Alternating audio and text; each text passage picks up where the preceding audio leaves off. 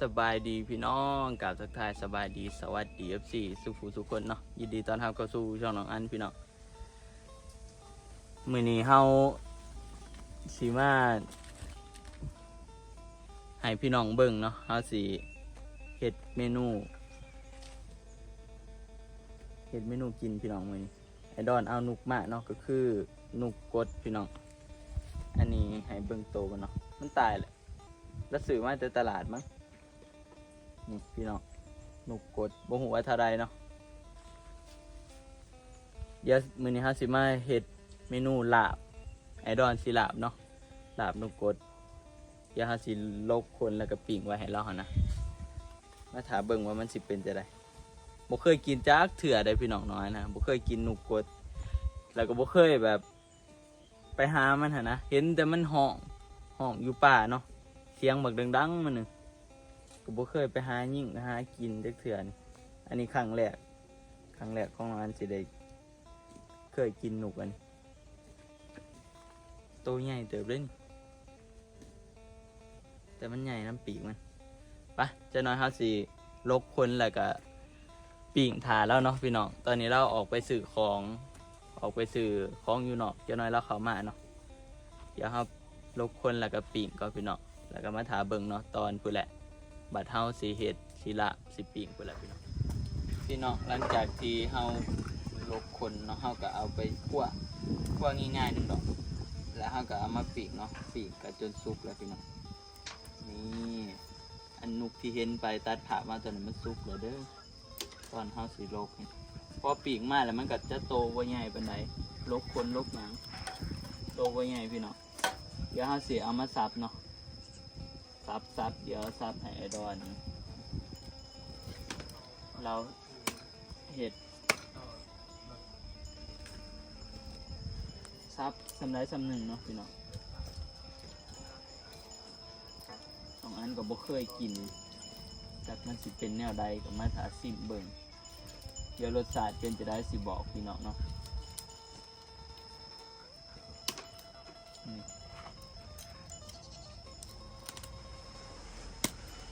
เห็นดอนแล้วยังจะเอามาตั้ง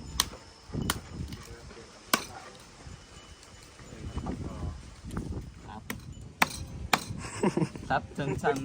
ได้จะไอ้ดอนหรือว่าเอาหน่อยๆครับอีกเอาซ้ำอันนี้ที่ตำแล้วก็สิตำไอ้วะเนาะซับแบบผักเนาะ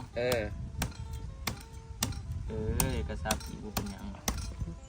ซ้ำมันก็พอแล้วเขากินเส้นน่ะลูกโคตรเนาะเขาไม่เคยกิน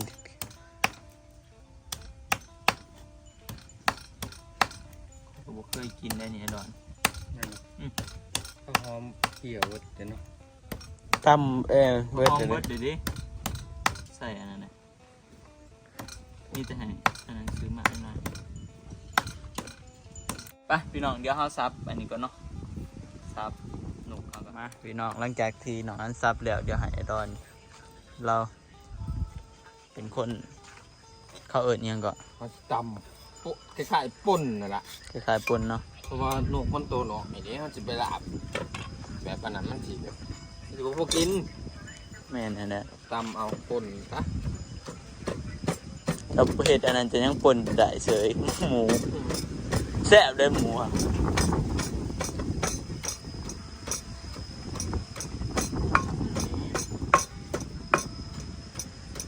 ตำก็พี่น้องตำเยอะก็ตำพริกใส่ไปนี่แบบพริกต้องเผาเอาจีเอาจังหอมถ้าใส่ก็คือดิบเนาะติดแรงติดขัวมันติดขัวแบบสื่อเอามันแบบนี้ข้าวขัวมันคือข้าวขัวเองบ่หอมเนาะมาพี่น้องแล้วบัดนี้ป่นนุกเจ้าเคยเห็ดอยู่ป่นเจ้าก็เคยเห็ดอยู่ไอ้ดอนป่นนุกสูตรใหม่หมวกน้ำลายโผล่เนาะนั่นได้จะว่าเขาว่าจะใส่แบบให้มันเป็นเหนียวๆจะหน่อยโอ้ไก่เห็นได้ตบอยู่ยิ้มนี่เอาน้ำใส่เอาพักใส่มัน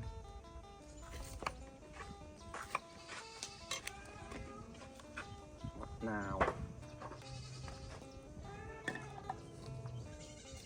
เองแค่พักไปมันก็แขนเองมันดอก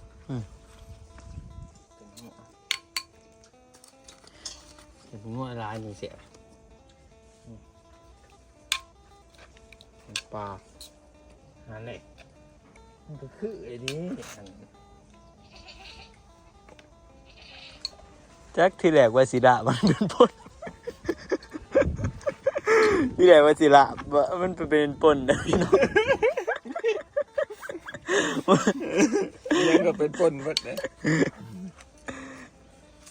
บอกว่าขนาดมันลายค่ะอยู่เฮ้ย แม่นั่นแหละ โอ้ยพูดแบบทำช่องครับมันก็เบิดเด้อสนุกโตโถยัง ไปแล้วบัดนี้กินข้าวเฮาโอ้ยพี่น้องแล้ว เอามาพี่น้องสบายดีเด้อพี่น้องมาสบายดี กินข้าว กับข้าวอาหารบ้านหน้า อืม ข้าวกระตินนี่ข้าวกระตินกินน้ำข้าวหรอกป่ะนั่งคือบ่เคยกินน้ำข้าว เอเวลาบ่เคยกิน หลาดลูกพด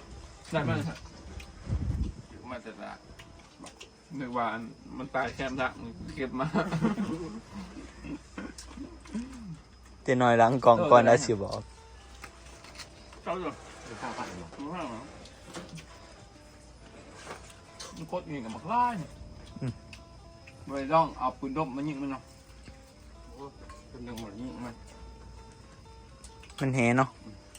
สดปนด้วย เฮ้ยทุมันก็บินมา ถ้าใส่ให้อะไรยุ ต่อเนาะ ไก่ ใส่เสียงบลูทูธ ไก่ปลา เนาะมันว่า โอ้ฝากเธอ มื้อนี้ก็ลุยงานพี่น้องหาก็ได้กินข้าวเที่ยงเฮ็ดเวียกอันนั้นพากันคนดินเสร็จนั่นเดี๋ยวนี้จะเช้าพุ่นแหละ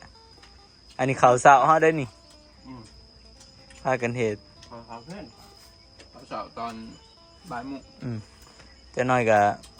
สิต่อทอเนาะไอดอนต่อทอ แต่พวกนี้มาอยู่หน้ากินข้าวเพ่นกูขาไปป่ะ อืม แบบ ก็เนี่ยข้าวเช้าพวกนี้เป็นข้าวเพลนเจ้า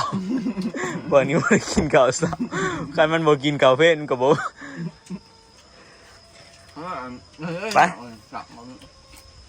พี่น้องเดี๋ยวเฮาขอตัวกินข้าวก่อนซะเบิ่นนั้นเดี๋ยวเฮาสิเฮ็ดหยังมื้อแรกสิ ขายก่อน ถ่ายต่อพี่น้องเพราะว่ามื้อนี้ยังสิเฮ็ดหลายอย่างอยู่ต่อท่อแล้วก็ก่อพุ่นมุกดอกไม้อยู่เตียง ได้เหมือนได้ พี่น้องหลังจากที่เฮาพากันกินข้าวแล้วเนาะตอนนี้ก็ประมาณบ่าย4บ่าย2แล้วพี่น้องบ่ายเฮาก็เริ่มอันเฮ็ดเวียกเนาะก็คือเฮาสิก่อมื้อนี้น้อยๆสิเป็นคนก่อเนาะก่อแล้วก็มีงานต่อท่ออยู่พี่น้องงานก่อกับงานต่อท่อเนาะไอ้ดอนเราต่อท่ออยู่ทางนะพี่น้องมาเรื่องงานกันต่อเนาะมื้อนี้มาถาเบิ่งนี่ยังเนี่ยอันนี้สีนี่ก่อเนาะก่อบ่อนนี่ขึ้นไปเที่ยงนี่ขึ้นไปเที่ยงนี่แล้วก็สีใส่วงประตูไอ้น้อยเป็นคนก่อพี่น้อง บอกทางเขาทุกคน ท่านไปเททับอยู่เทิงผู้แล้วเนาะทับหัวประตูผู้อย่างเดียวมีแต่ก่อแป๊บเดียวฮะแม่นและที่จริงมันต้องสูงกว่านี้ทางนี้ไอดอนเราต่อท่อพี่น้องมันสิได้ตัดที่จริงหันตัวนั้นหั่นตัวมันเรือหันจักไปใส่เนาะตัวเรือของน้ำมันไปใส่ นี่แหละนี่ เออ ก็อร่อย ท่อเลาะแต่ว่าซื้อมาใหม่ทางนี้ไอดอนต่อท่อเทศระบบน้ำเนาะ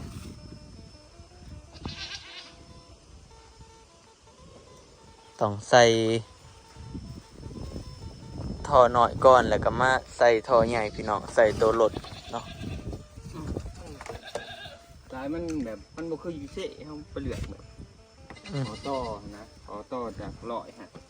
รถมาหอด18ก็ยังมี อืม อันนี้มันอยู่นี่มันหอดไป40 ก็ได้เลยรถสองเถื่อเนาะก็เลยเป็น แล้วได้เถื่อนะมันที่ขอต่อกระตึกอยู่ อืม มอนี่เขาเช่าหาออกมาเพราะ35 35ออกมาว่า40ออกมาว่า100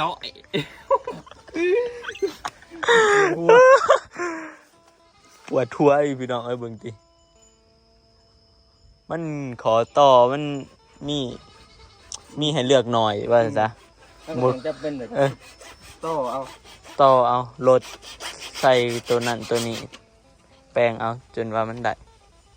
อันนี้ก็แท่งเฮาเอาดินใส่มือนี่พี่น้องกดดินใส่กันน้อยๆเนาะแล้วก็เอาแท่งขึ้นนี่แล้วก็สิมาต่อ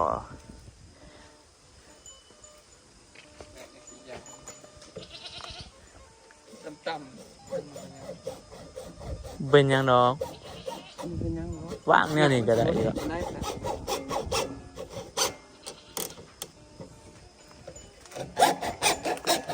นี่เนาะ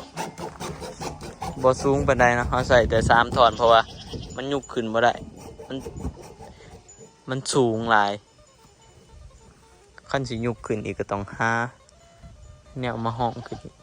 เขาก็เลยเอา3 ถอนซะ นี่3ทางรถ35หรือว่ารถเช่าหาออกมารถครับ3ทางเข้าเลาะอย่างของกูใส่3ทางกูตั้งซื้อแนวนี้ต่อถึงกันต่อขึ้นไปเลย3ทาง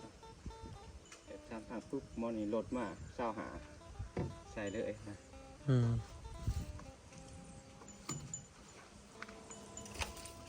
นี่ใส่เนื้อกินเถอะเพื่อแรงงานใส่แน่นี่เถอะ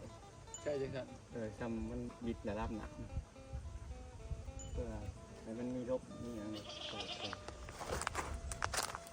ใส่เบิดยาวเลย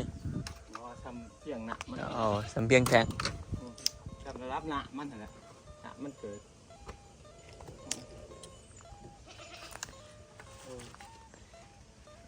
ต่อท่อร้อยว่าวันนี้ใส่ทางลุม ก็พอ ท่อร้อยแล้วก็มาลดจากร้อย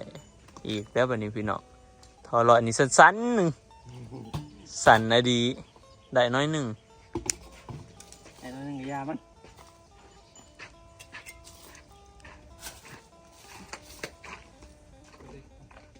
ได้น้อยหนึ่งก็เอาเพราะได้ว่าให้มันแห้งน่ะคือทากาวล่ะคือบอกอันนี้ตัดทอก่อนโอ้ยสิทากาวใส่ตัวนี้คิดว่าสิทากาวซุปใส่ถึงเลย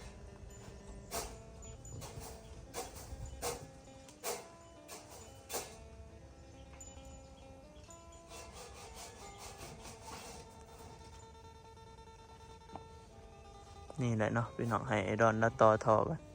เดี๋ยวเราจะไปก่อตั้งไหนซอยน้อยๆเดี๋ยวเรามาทาเบิ่งต่อทอแล้วจะน้อยนี่น้อยไปซื้อใบนะใบตัดเด็กนี่เอาตัดครึ่งได้ไหมนี่พี่น้องเอาแทกเรียบร้อยแล้วเนาะเอาสิใส่ทอใหญ่ประมาณนี้เพราะว่าพื้นที่มันบ่สูงปานใด ขนหัวใส่เวทยาวได้ท่ออันหนึ่ง เนาะ ที่4 เมตร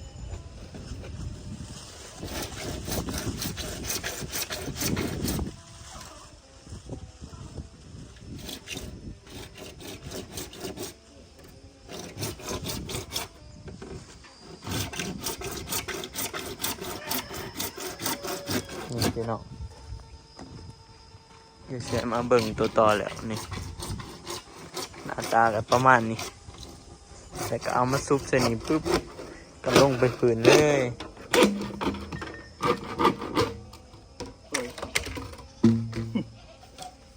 ครึ่งหนึ่ง ใส่ครึ่งหนึงบ่ครึ่งนะตัดออกไปเห็ดอันนั้นเลยเอ้ยเฮ้ยพอดีร่องเลยมือแรกต่อให้มันแล้ว เดี๋ยวจะได้กอกเก็กเสร็จสึกมาก อกเอียง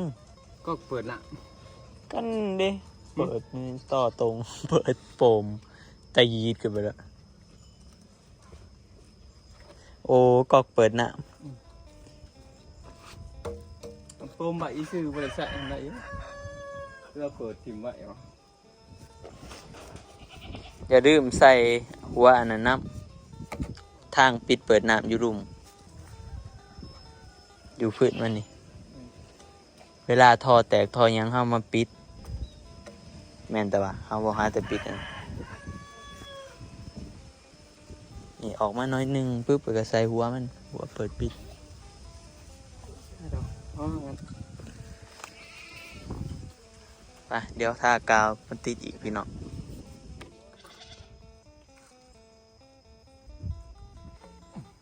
เรียบร้อยบัดคักปันยัง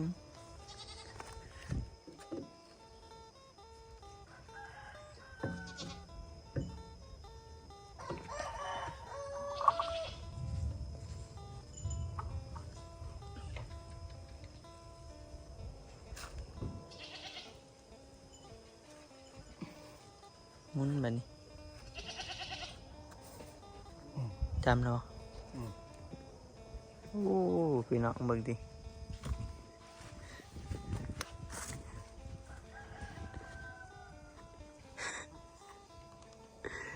คือเอียงมาแนวนี้วะ อ่ะ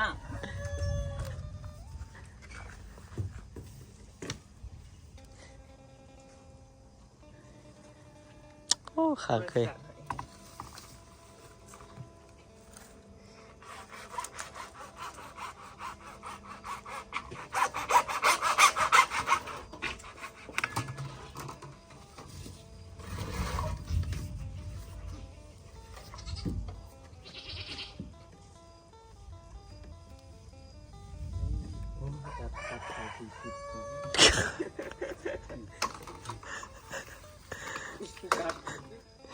สับสนในสมอง แต่คักแน่ได้บางอย่างเป็นซุปใส่คักแน่จักลมจะว่าลมเป็นแน่มันก็อุดได้แล้วคุณวะ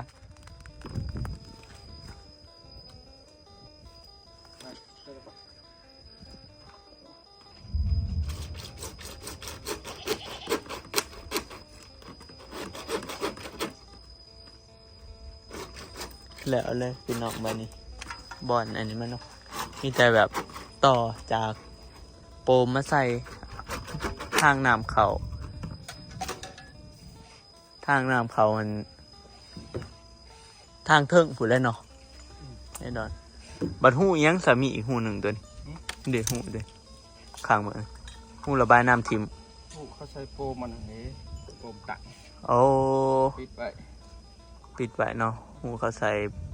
โปมแห้งดันโปมตั้งพื้น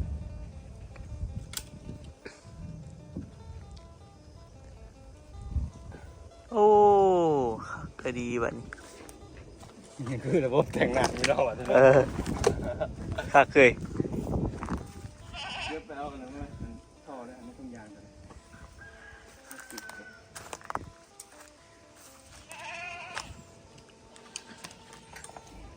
มามือนี้ระบบแทงน้ำแล้วมีแต่ต่อแล้วพี่น้องมีแต่ต่อไปทางนั้นเนาะพี่นี่ต่อตามท่อไป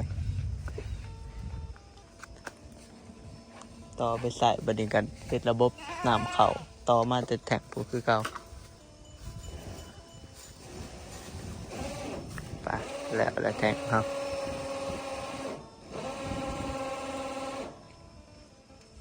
สิอัดมันบ่ฮะ เดินหน้ามึงชู โอ้แล้วเลยเฮ้ย เดินหน้ามึงสั่งกันเปิดหน้าแล้วแบบนี้ลองระบบน้ บ่ท่านไหนและท่านไหนมันต้องต่อใส่ท่อข้าวอีกแต่กอกน้ำเปิด ำ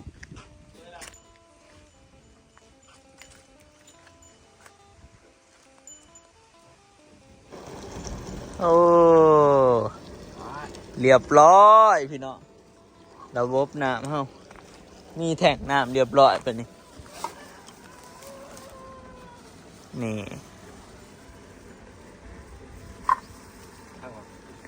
คักเลย มีแกนเลยหัวมีในระบบข้าวเลี้ยวเห็ด เนาะ มีในระบบมันอะแล้วขึ้นก่อนแล้วเขา YouTube ก่อน ต่อมันงานบ่ยากปานใดเด้ งานแบบมันคิดได้แบบคือเฮาแบบหูจักแบบคืองานพวกเฮ็ดทางไหนเฮาบ่ค่อยหูจักปานใดพี่น้องมันก็สิยากแน่นี่ ตึงๆแล้วนะใส่ มีแต่ทาเปิดเบิ่งมันสิแห้งหรือมันสิคอยนี่จะหน่อยทาน้ำเต็ม สิ่งของอีกแล้วตามพัก35 กับครัวอันนั้นมันเนี่ยครัวหนักเดิมก็แล้วพี่น้องเริ่มเลยได้นี่เริ่มเลยเริ่มงานเลย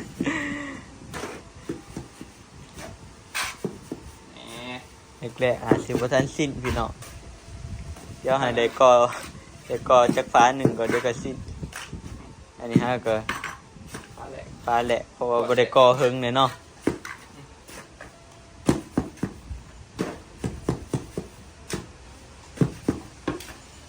ฝนก็สิตกพี่น้องเบิ่งตีผู้มืดครึ้มเข้ามาเลย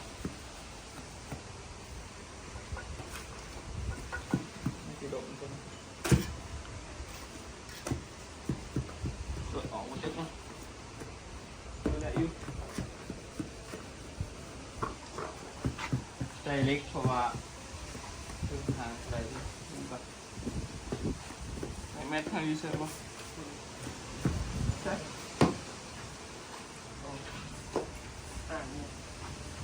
หาทางออกมาหาเม็ดหาอัน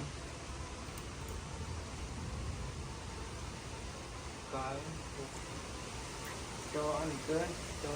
หาเส้นนะตกเลยมันเป็นยังมันเป็นยังฉะนั้นเอาผ้ามากังเอาเขาจะเอามันเก่าจอมันไหนวะตัวแขกเผื่อดิ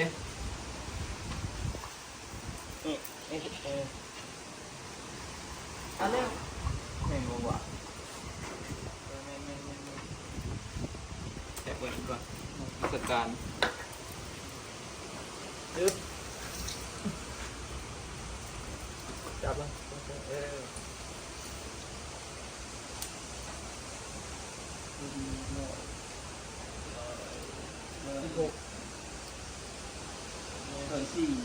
หน่อยสี่ข้อนี้บอกประตูตรงนี้อะไรวะเซตไปเซตโยนเพราะว่าตัดบล็อกผิดโมเมนต์ที่ตัดถือที่บล็อกนี่นี่ตัวนี้มันประมาณ89เอาเพื่อจะเพื่อไปหอด104พี่จังจะสิเพื่อหอดนี่นะประมาณ97นี้จะว่าสิเพื่อ100เนาะ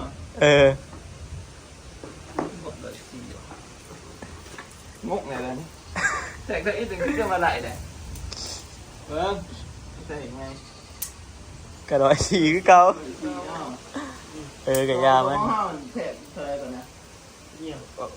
กับมือนี้เนาะประมาณ99 89เราซีบไรนะเพื่อเนี่ยนะโอ้โหพอดีพอเพื่อมันกว้างเอาเท่เลยฮะเอาสิเท่ไม่สิเท่ยังเอาเท่หัวโอ้ขอบกระเทะบ่ถ้าสิมัดเล็กมีกล้องใช้กับคอยเข้าใจอยู่แล้วกระเทะขอบมันแน่โอ้ตัดแบบใส่2 อันกระเทะโอ้มันจะสิแน่แม่นอยู่แน่ปกติถึงเทะทับแต่หัวก็ได้แล้วแล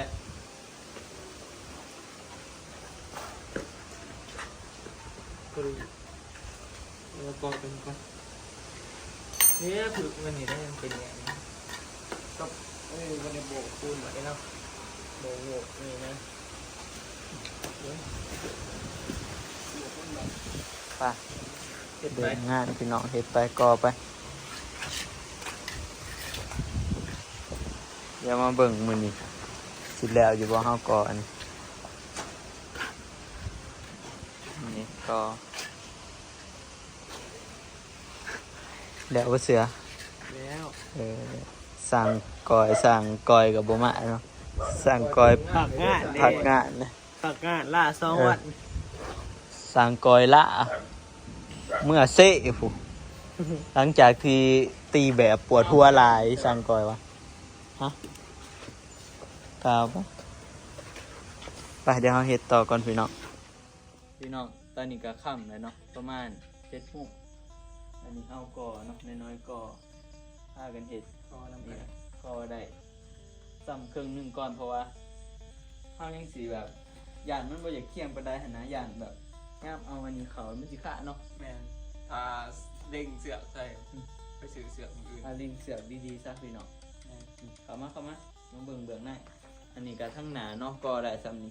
ทั้งในเขาก็ได้ประมาณ3 ก่อนพี่น้องประมาณนี้แหละเดี๋ยวถาแต่มืออื่นสิก่อต่อเนาะก่อเพิ่มมือนี้ปูนเหลือจะหน่อยเอาท่านเด็กเศร้าก่อหรอกพี่น้องก่อให้ปูนเบิดคือสิเศร้า